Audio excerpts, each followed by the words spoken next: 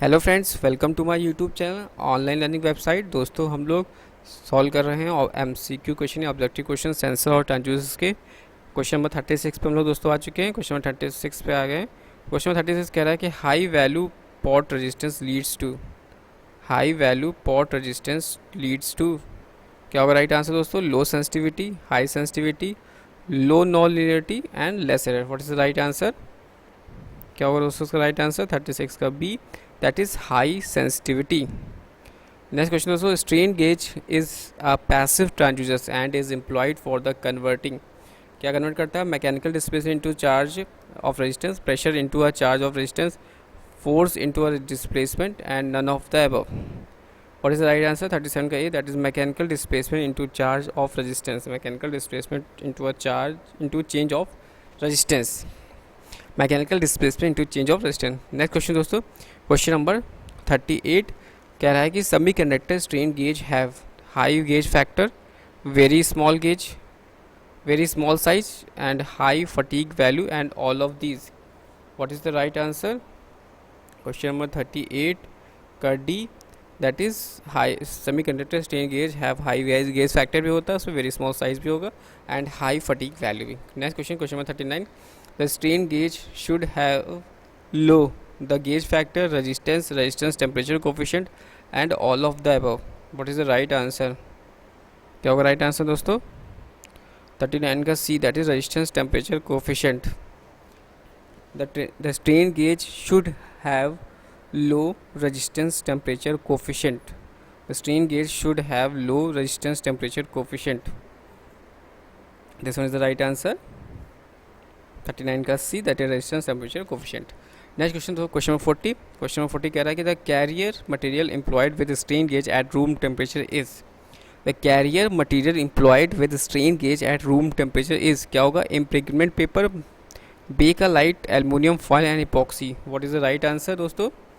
40 का A, that is impregnated paper. Next question दोस्तों, seismic transducers is use for measurement of, seismic transducers is use for measurement of, आपको बताना दोस्तों 41 का C, that is acceleration. Seismic transducers का हम use करते हैं फॉर मेजरमेंट ऑफ एक्सेलरेशन के लिए। नेक्स्ट क्वेश्चन दोस्तों, question number 42, the accelerometer using LVDT has the advantage of, the accelerometer using LVDT has the advantage of high natural frequency, being contactless devices, better resolution and all of these.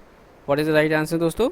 आपको बताना है कि accelerometer using LVDT has the advantage of high natural frequency, high being contactless devices, better resolution and all of these is the right answer.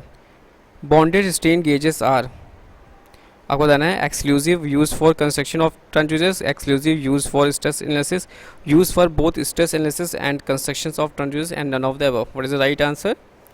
तो दोस्तों 43 का C, that is use for, यानी boundary strain gauge are use for both stresses analysis and construction of transducers.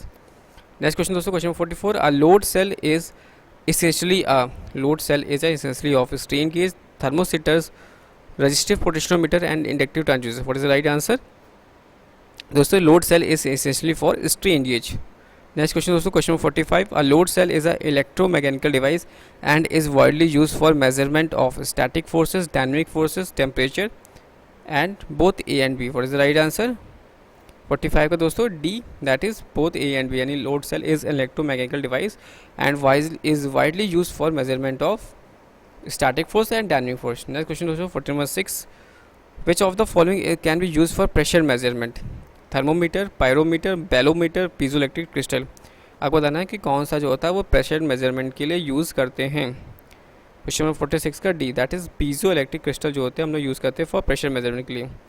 47 दोस्तों question, radiation pyrometer का are use to measuring temperature in the range of 500 से 1000 degree Celsius, 1000 से 2000 degree Celsius and 1200 से 35 degree Celsius and above 4000 degree Celsius. Question number 47 का C, that is 1200 से 3500 degree Celsius.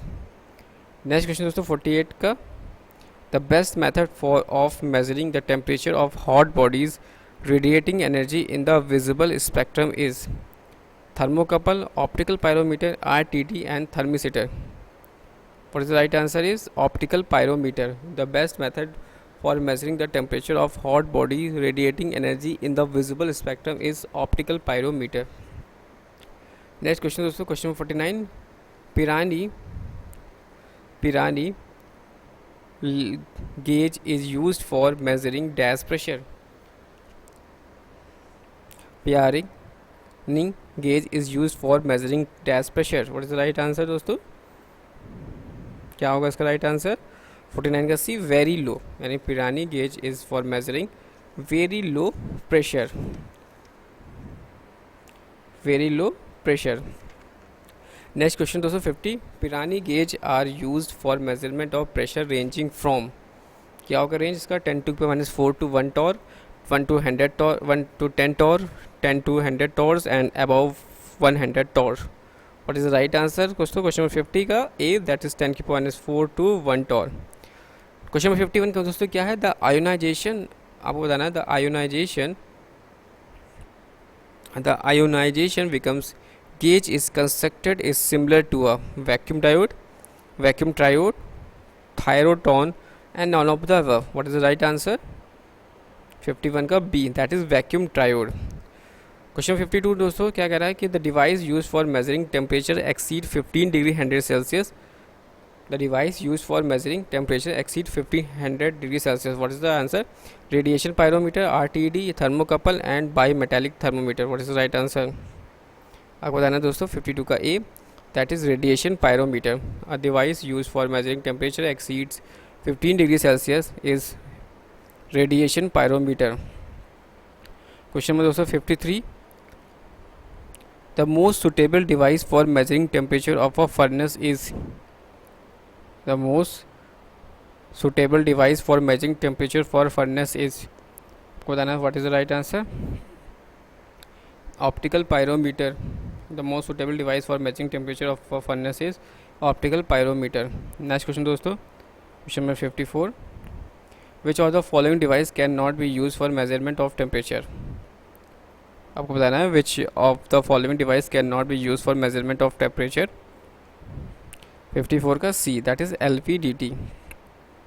Question number 55. Which of the following is not the drawback of radiation pyrometer? Which of the following is not a drawback of radiation pyrometer? Their initial as well as installation costs are high, poor precision and slow response. They need maintenance and each pyrometer needs individual calibration. क्या होगा दोस्तों right answer? 55 का B, that is poor precision and slow response. Question number 56 दोस्तों, pyrometer is use to measure strain के लिए, pressure के लिए, displacement के लिए एंड टेम्परेचर के लिए. क्या होगा दोस्तों का राइट आंसर? 56 पायरोमीटर का यूज़ हम लोग किस लिए करते हैं? 56 का दोस्तों D, that is temperature. Pyrometer का यूज़ हम लोग करते हैं मेजर टेम्परेचर के लिए. Question 57. The device used for measuring low pressure of the order of 10⁻² torr is strain gauge, Pirani gauge, ionization gauge and any of these. Right answer दोस्तों क्या होगा? 57 का B, that is Pirani gauge. The device used for measuring low pressure of the order 10⁻² torr is Pirani gauge. Question 58. Moving coil pickup is used for measuring linear velocity, vibration, displacement and pressure. What is the right answer दोस्तों? क्या होगा? 58 का A, that is linear velocity. Moving coil pickup is use for measuring linear velocity. Question 59 दोस्तों क्या कह रहा है कि electronics counter are use for measuring linear velocity, angular velocity, acceleration and pressure. What is the right answer? Electronic counter का बताना है use for measuring किस लिए यूज़ करते हैं दोस्तों? एंगुलर वेलोसिटी के लिए मेजरमेंट होता है. Electronics counter are use for measuring angular velocity. Next question दोस्तों, क्वेश्चन में angular velocity is measured by strain gauge के लिए, सोलर सेल के लिए, एसी टेको जनरेटर के लिए, none of the above. What is the right answer दोस्तों? What is the right answer? 60 का C, that is your AC tacho generator. Angular velocity का measure हम लोग करते हैं एसी टेको जनरेटर. क्वेश्चन 61 दोस्तों, a Wheatstone bridge circuit using strain gauge can be used for measuring static strain, dynamic strain, both A and B and none of the above. What is the right answer? 61 दोस्तों का C, that is your both A and B. यानी wheat stone bridge circuit का using strain gauge can be use for measuring static strain के लिए भी और dynamic strain के लिए भी. डमी स्ट्रेन गेज का यूज़ करते हैं for calibration of strain gauge के लिए, कंपनसेशन ऑफ टेम्परेचर वेरिएशंस के लिए, इंक्रीजिंग ब्रिज सेंसिटिविटी के लिए, all of the above. What is the right answer is, क्या होगा राइट आंसर दोस्तों? 62 का B, that is your compensation of temperature vibration. यानी डमी स्ट्रेन गेज का यूज़ हम लोग करते हैं कंपनसेशन ऑफ टेम्परेचर वाइब्रेशन के लिए। क्वेश्चन नंबर 63 दोस्तों, आपको आंसर बताना है कि in measurement using two strain gauge the second strain gauge is provided for, किस लिए यूज़ होते हैं? टेम्परेचर कंपनसेशन के लिए, इंक्रीज सेंसिटिविटी के लिए, स्टेबिलिटी के लिए, लीनियरिटी के लिए, या बोथ एंड बी। क्या होगा दोस्तों राइट आंसर 63 का? दैट इज़ योर 63 का दोस्तों क्या हो जाएगा राइट आंसर? 63 का हमारा हो जाएगा E, that is both A and B, यानी temperature compensation and increase sensitivity. Next question दोस्तों, which of the following is additional devices is required for measuring pressure with an LVDT. आपको बताना है कि 64 क्वेश्चन दोस्तों क्या होगा right answer? Which of the following additional device is required for measuring pressure with an LVDT, bellows, Bourdon tubes, bolometer, rotameter, either A and B. तो दोस्तों इसका लास्ट आंसर हो जाएगा दैट इज आइदर ए या B, यानी 64 का ई, यानी bellows या बॉर्डन ट्यूब। नेक्स्ट क्वेश्चन दोस्तों, question number 65, which of the following devices can not be use for measurement of pressure. क्या होगा इसका राइट आंसर दोस्तों? R T D. क्या होगा? R T D. The transducers use for measurement of linear displacement are strain gauge and resistive potentiometer, LVDT, capacity transducer are Hall effect transducer, thermocouples and thermistors and RTD and both A and B. What is the right answer? 66 का D, that is both A and B, यानी strain gauge and resistive potentiometer, LVDT, capacity transducer and Hall effect transducer. Next question दोस्तों, question number 67, rotational displacement can be measured by. आपको बताना है कि rotational displacement को हम major कर सकते हैं बाई स्ट्रेन गेज के थ्रू, रजिस्टिव पोटेंशियोमीटर के थ्रू, रिलेक्टेंस ट्रांसड्यूसर के थ्रू, या both B and C. What is the right answer दोस्तों? 67 का D, that is both B and C, यानी resistive rotational displacement can be measured by resistive potentiometer and reluctance transducers. Next question दोस्तों, question number 68, that is temperature compensation to bridge circuit arrangement is affected by। आपको बताना है दोस्तों question number 68 का कि temperature compensation in a bridge circuit arrangement is affected by using dummy strain gauge, using strain gauge of smaller gauge factor and reversing strain gauge. तो right answer is using dummy strain gauge. And next दोस्तों, question number 69, which one of the following device can not be use for measuring pressure, strain gauge, LVDT, piezoelectric crystal और pyrometer. तो दोस्तों pyrometer जो होता है हम लोग use नहीं करते हैं for measuring pressure. And last question दोस्तों, question number 70, that is which of the following additional is required for measuring pressure with piezoelectric crystal. क्या होगा दोस्तों इसका right answer? What is the right answer is billows is the right answer। दोस्तों thanks for watching and sharing, please like and subscribe my channel. और दोस्तों Telegram channel की link description box में, please join Telegram. Thanks for watching and sharing.